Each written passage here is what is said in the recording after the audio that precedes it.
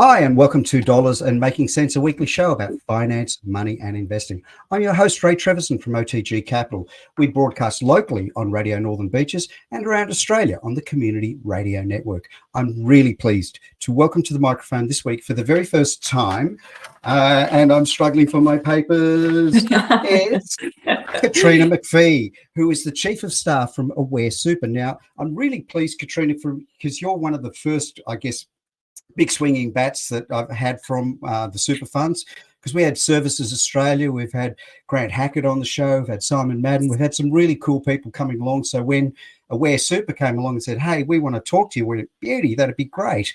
Now, Kat, you joined Aware Super in 29 as the Chief of Staff. Can you tell the audience a little bit about yourself and your background in financial services? Yes, I've been around the traps for a little while, Ray, to be really honest. And hopefully No, you haven't. You have not, you liar. You lie.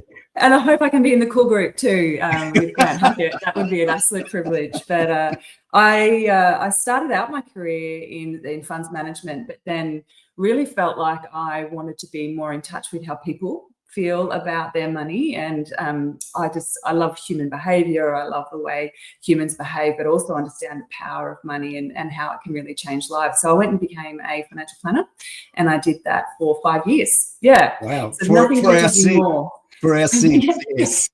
Absolutely. And it was just a phenomenal privilege to sit across the table from somebody and listen to their hopes and dreams, worries. And there's usually a lot of worries wrapped up with this stuff, right? So it was a fabulous 5 years. And then I went into industry fund super. So the calling of helping people, but working for a not-for-profit. Yeah, we aren't one of those. We're not one of those technically. You have to pay for that membership, but we are profit to member at Aware. And I was at Big Super prior. So it's been such an incredible journey, and working for a for-purpose organisation is a real privilege. Well, I guess being COS is one of those things. Every time I hear COS or Chief of Staff, I keep thinking Leo McGarry, I guess from the old days. But I guess you are the Miss Fix-It and Madam Fix-It for everything across the corporation. And the CEO, I think you're the first person that the CEO ends up picking the phone up to, I guess. Look, COS is one of those weird ones. It's not, it's becoming more prevalent in Australia. It's a very political and or military kind of position, but basically you are sort of the right hand of the CEO, or you do what I sometimes call the bottom third of her role in my case, so that she can do the big strategic stuff. And yeah, you are definitely a fix-it person, and you get called into all sorts of wonderful and wicked problems to solve. So look, one of the reasons that I've asked you to come on the show, and you've thankfully agreed, is that we're talking, funnily enough, because you're from Aware Super, we're talking about super, and it's that time of the year that all of a sudden the returns and the results for the past financial year are now starting to come out. As a fund ourselves, we've just released our own tax statements to our investors. So anybody out there in investor land with us that haven't got your tax statements, please make sure you get back to me. But in relation to super, it's one of those things. I have 3 adult kids. I run my own SMSF, by the way. So I've been doing so for, 25 odd years.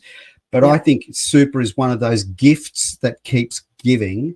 Absolutely. And yet, you know, when I read the media brief that we were talking about, the big problem that you've got, and I guess the big thing that we do here on the show, is education. What are the challenges you're facing, Katrina, in regards to education in this space? Oh, look, it's a really interesting one, and it is changing. I'll give credit to the Australian population. We are slowly changing, but I think by virtue of it being a default system. So we have the absolute privilege of compulsory super, so your employer just puts money into your account, and that creates this incredible nest egg that grows the moment you start working, which is... And it's just gone up another 0.5% on the 1st of July. Yep. Yeah, another 0.5%. So it's a considerable amount of money. I always jest and talk to my nephews about, if you walk past that sum of money on the ground on the street, you would definitely stop to pick it up. But then they don't open their statements and they don't engage with their super.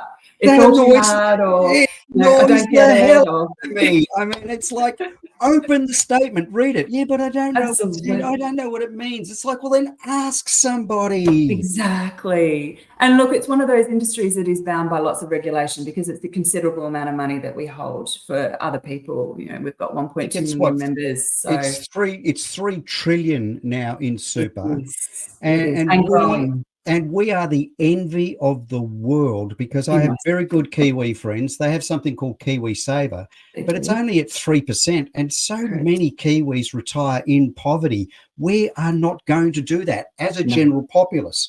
But no, this is part of why you're on the show, is that there are absolutely. people still not paying attention, are they? Yeah, so a recent survey showed still a third of Australians wouldn't know where their funds are, certainly don't know how it's invested, don't open their statements, and have that sort of perspective. It's a future me's kind of problem. But for most of us, between or outside of the family home, and for those who can buy a home, I think a lot of young people are wondering how they might do that at the moment. Mm, It yeah. will be an enormous amount of money for people. Someone starting out in their 20s today with the rate of contribution that we have now, it could be millions of dollars by the time they retire. And that's We not to be seen sincerely hope so that it will be, because even now the concepts, and I keep reading so much about what you need to retire on, and I'm at that interesting cusp. I mean, my kids are saying, "Oh, Dad, you're going to retire soon." I'm looking and going, "I don't think so. I don't feel like it yet." So I'm happy to keep working, but the notion that people in their 60s are thinking about that, so it's and this term of intergenerational wealth transfer that I think is becoming interesting. a big item as well. I recently had Andrew Inwood from Core Data, CEO, on the show, and we were talking stats and figures. And we are about to embark. It's something like $5 trillion is going to change hands in this next generation. It's a phenomenal amount of money when you think about it. I think I read a stat of 50% of private assets in Australia will change hands in the next 7 years. So 50% of the money will flow through the system, and it should be on people's minds of what does that mean? What does that mean for me? Am I going to be looking after my parents or receiving money from my parents? How do I look after my kids? We know that it's on our members' minds of how do I help my kids into a home? So that I'm stumbling over that one. It's a good one, isn't it? Intergenerational wealth transfer is That's the really, one. really interesting. And it's really curious that you talk about that with retirement, because we're seeing that as well. I think the 40-year career in one job and gold watch retirement concept is gone, right? So how does a super fund like us really adapt to what modern retirement looks like? How does that shape up as well for people? And how does the system catch up? It's a fascinating discussion, because I come from the old era where super really wasn't a thing when I first started work, but I went into the army. So as Defence Force person, we had something called the DFRDBF, which was the army super version, which was more aligned that if you stayed your 20 or 30 years and marched out kind of routine, that wasn't for me. I wasn't a military guy, but the fact is that they were pretty well looked after. The idea of transportable super really didn't happen until the 90s, when the Hawke Keating government came in. And so they were then mandated. And so this transportability of super is now really empowered the worker, something phenomenal. And you at Aware Super, I guess, would see it firsthand, because you see this from your income. Your income of funds on a yearly basis would be growing quite substantially, wouldn't it? Yeah, and especially after a year like this year, where funds have done incredibly well. Yeah. Our default option sort of returned around that 11% this year, which is extraordinary, right? It's a good return. It's a good return, solid.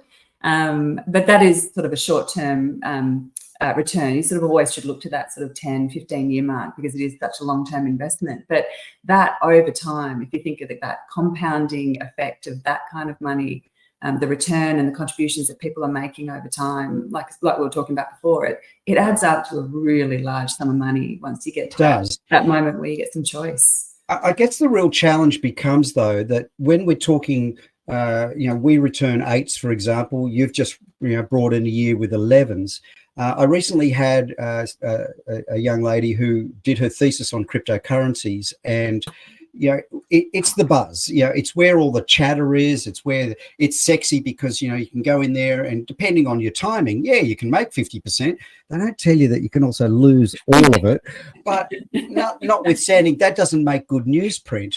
But you see, this is where I think the education message can get lost in the hubbub of the daily news cycle, because crypto is this very buzzy, sexy kind of term. So when you're returning 8s, 10s, 11s, but you're doing it consistently year after year after year, I'm sort of looking at my kids going, that's better than 50% in 1 year, guys. It really is. I mean, are you struggling with that message as well?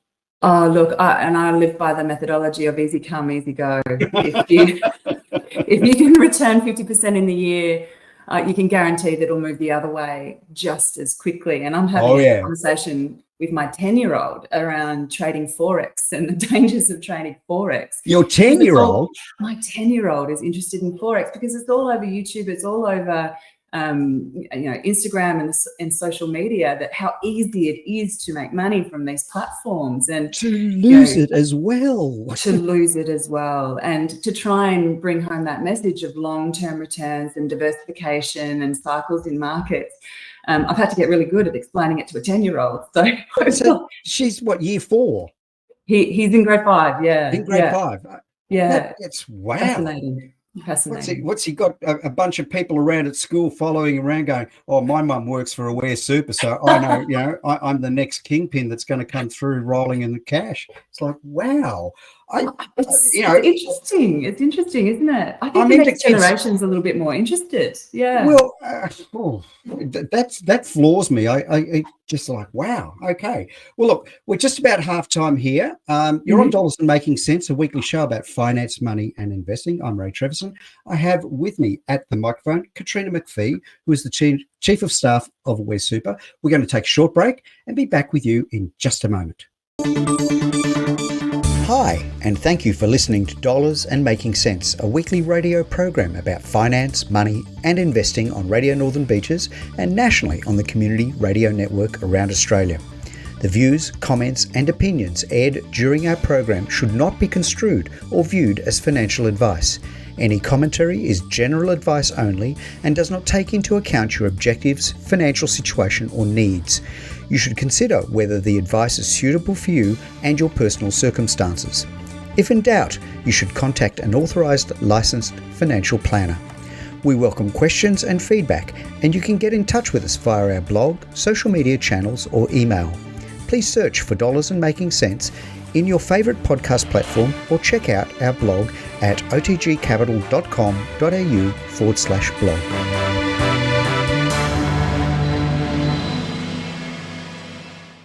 Hi, and welcome back to Dollars and Making Sense, a weekly show about finance, money, and investing. I'm your host, Ray Trevisan, and with me today at the microphone is Katrina McPhee, who is the Chief of Staff of Aware Super. Now, before we kick into the next subject, which I want to talk about timeframes, just to give me a sense of scope and size, how many members does Aware Super have, and roughly what's your funds under management today?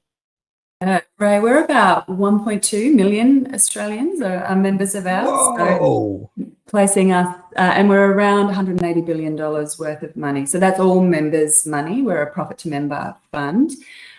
So that makes us third largest. So there's two that are slightly larger than us, but yeah, it's a lot of responsibility. That's 1.2 million members' retirements that we're talking about. So we take it very seriously. So it sounds OTG Capital's a rounding error on a rounding error by the sounds of that. So no worries. So look, one of the things I wanted to now embark on is a discussion around timeframes, because one of the things, before we went to the break, we were talking briefly about crypto, and I certainly don't want to focus on that because it's so short term. Now, one of the things that I think really concerns me is that people don't play the long game. It's just around the corner. And even people like me that are looking just around the corner for retirement, I still have a long game ahead of me, because after I retire, I'm hoping to have at least another 30 or 40 years. So when you are educating in your ecosystem, I guess, to use a better word, but what kind of things are you saying to people around timeframes? No, thank you. There's two really key concepts here. And the first one would be there's this common misconception that superannuation gets you to retirement. And then people wonder, okay, then what happens with my money? Do you take it out? What do you do? Do you put it in the bank? The truth is the system serves you right all the way through retirement, and it's a great tax-free haven in retirement. So it's 0% tax when you put it in pensions. So it's a savings vehicle then as well. And it's still generating returns. It's still invested and doing its thing the moment that you finish work. So that's an important concept. The other one is, I just say it really simply, time is money with super. And whilst we all publish, around this time of year, our 1 year returns, and that's great, 11% for Aware, we love that. But you should be looking at those 10-year returns, which are published by really great rating agencies like Chart West Super Ratings. They put out their sort of annual report, sort of stacking us all up against each other, which is great. That 10-year horizon is a little bit more indicative. And then you're invested probably, in essence, a 20-year-old today could be invested for 60, 70 years. So we're talking incredibly long-term returns. But the antithesis of that, or the other side of that, is don't think that you've got 70 years to figure it out. Time is money. Compounding returns means the sooner you start, the better off you are. And in fact, actually, if you think about someone in their 20s, 1% today or $1 today is actually $3 in retirement. So the sooner you start, the more it compounds and the more that you have. So my one thing, if we can just do one thing, is have a look today and have a look at two things. Investment performance, make sure you're with a good long-term performer. Usually in that top sort of 5 is good, 5 to 10 funds is great. But the other thing is look at your fees. So $1 saved today is $3 in retirement. So just looking for a net fee position that's better for you is a great start. Now, one of the things, and I'm glad you mentioned it in the lead up to that, because people often forget that their journey with a super fund, they think, as you rightly said, stops once they retire. And there are two phases, ladies and gents. You've got your accumulation phase, which obviously everyone that's working and accumulating, as the word obviously indicates. But then when you hit pension phase, they can actually still keep their money in their super fund, and it runs what's called an annuity. It pays money as you keep going, and so that's tax-free, guys. That's the whole beauty of it. It's like, guys, if you've got 400,000 or 500,000 or more, and that's accumulating at 11%, that money can draw down tax-free. I mean, I love the ring of that, because when I tell my international people that I still catch up with from my old IT days, they're going, gee, Ray, that's a great system. Because in America, the 401k system there, it's kind of broken, and you're on your own. You're on your own. And a lot of people really do end up on the street. So there are a lot of options. Now, I did write this down. One of the things, our show's been going for close to 4 years now. And so as we were running during the pandemic, I have to say, one of the things I was very, very disappointed in was a policy that allowed people to draw super at, I think, a really crucial time. And it was running for 2 years, where people could draw out $10,000 and then do another $10,000 the following year during the pandemic years. Now, people heralded that, great, it's my money, blah, blah, blah. But when you bring that in together in the context of playing the long game, I guess, what's your view, I guess, from an Aware Super perspective, that, have you seen people recover those two tranches of 10 grand? And what kind of long-term damage do you think some of these people really did to simply go out and buy a flat screen telly or gamble it, or even worse? And look, and absolutely, we saw some of that. I'm sure it happened. I would like to say there was legitimate reason for some to need to pull it out. So Agreed. I appreciate that. People were really struggling, especially people who couldn't work. But we did see quite a number of people pull that money out, and very, very few of them have put it back in. Or aren't even making small contributions to try and make up that time. And like I said before, time is money. Pulling that money out in your 20s, 10 grand and probably up to 20 was nearly the entirety of some young people's balances. They'll never make that back up unless they contribute at an early age. That's just the hard truth of it. And I think it was just far too tempting to take it out for some, even if you didn't need it.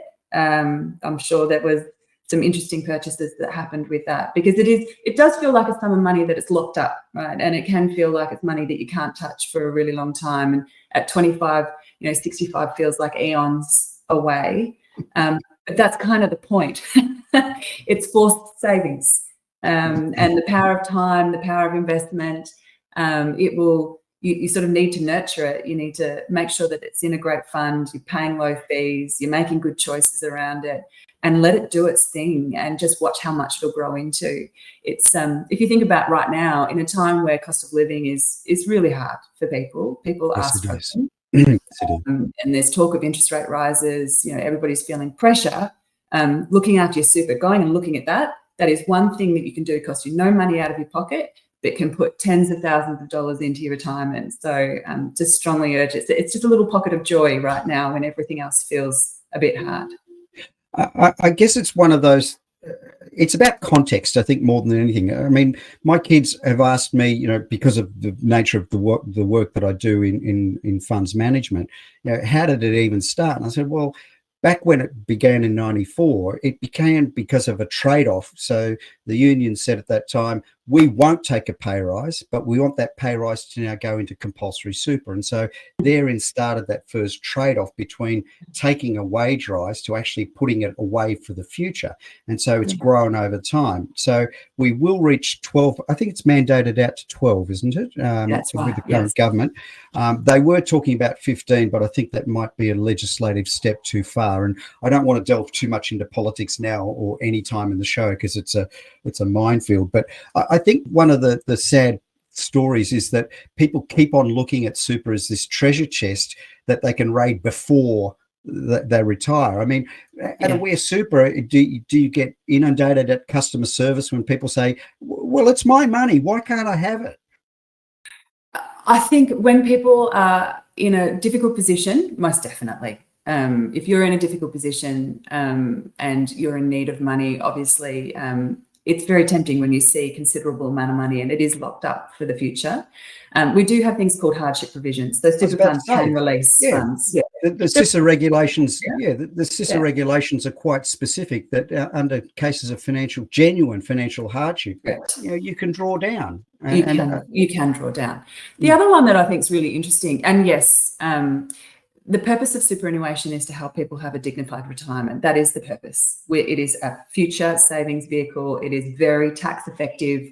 It is a great place to save. There's one thing, especially for younger people, that I think is quite good, is the government have allowed like a contribution process where you can save for a house. So you can put extra money into this sort of reduced tax environment, because even before you retire, it's 15% tax, which is way less than what people would usually pay in their own sort of tax returns. So you can put additional money in and then save up to about $50,000 and then withdraw that to use towards a house. That's great. Let's use the savings vehicle and then the habit of savings and understanding your super. I like it because then people will open their statement because it is money that they can take out sooner. But for other things, taking 10,000 out if you didn't need it, the detrimental effect of that on the long term for people's retirement is extraordinary. Just drives me insane. I've got to tell you, Kat, it just drives me insane. So look, we're all about takeaways and freebies here at Dollars and Making Sense. So one of the things that I always like to leave people with is some key takeaways. And so certainly I think the first one that I would be saying is open your statements and read them, right? Definitely. And look, they can be incredibly confusing sometimes. We put a lot of effort trying to make them consumable, but there's a lot of terms and things in there that sometimes people don't get. But talk to your fund. So a fund like Aware, we've got people on the phone, we've got video content, we've got things that can help, and they're really consumable. So ring the fund, get a bit of help, have a look online. And if you're really starting at that point where you want to engage in your super and really make some great choices, talk to one of our planners or a planner.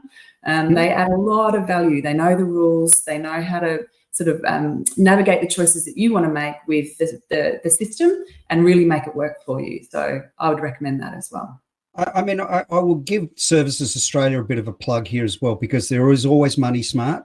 Money Smart is a great website. And again, something that Services Australia came on the show and highlighted to me, and I didn't know they existed, financial information officers. So they are sort of like a pseudo kind of planner, but that's a free service that people can ring up. It's government. So nobody's there trying to sell you anything. And it's not suggesting, Kat, that you guys at Aware Super, I mean, hey, you work for Aware Super. Of course you need to fly the Aware Super flag. I've got no issue with that.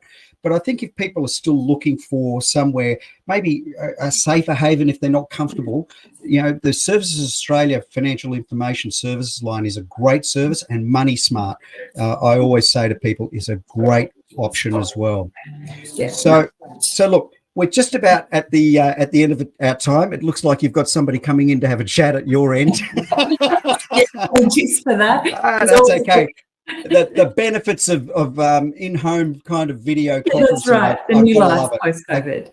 I gotta love it. I gotta love it. So look, Katrina McPhee, look, love to have you back on the show at another time. Let's keep talking super. I love talking about super, and it's wonderful to have Aware Super on our show. So thank you for being with us. It's been a privilege. Thank you so much.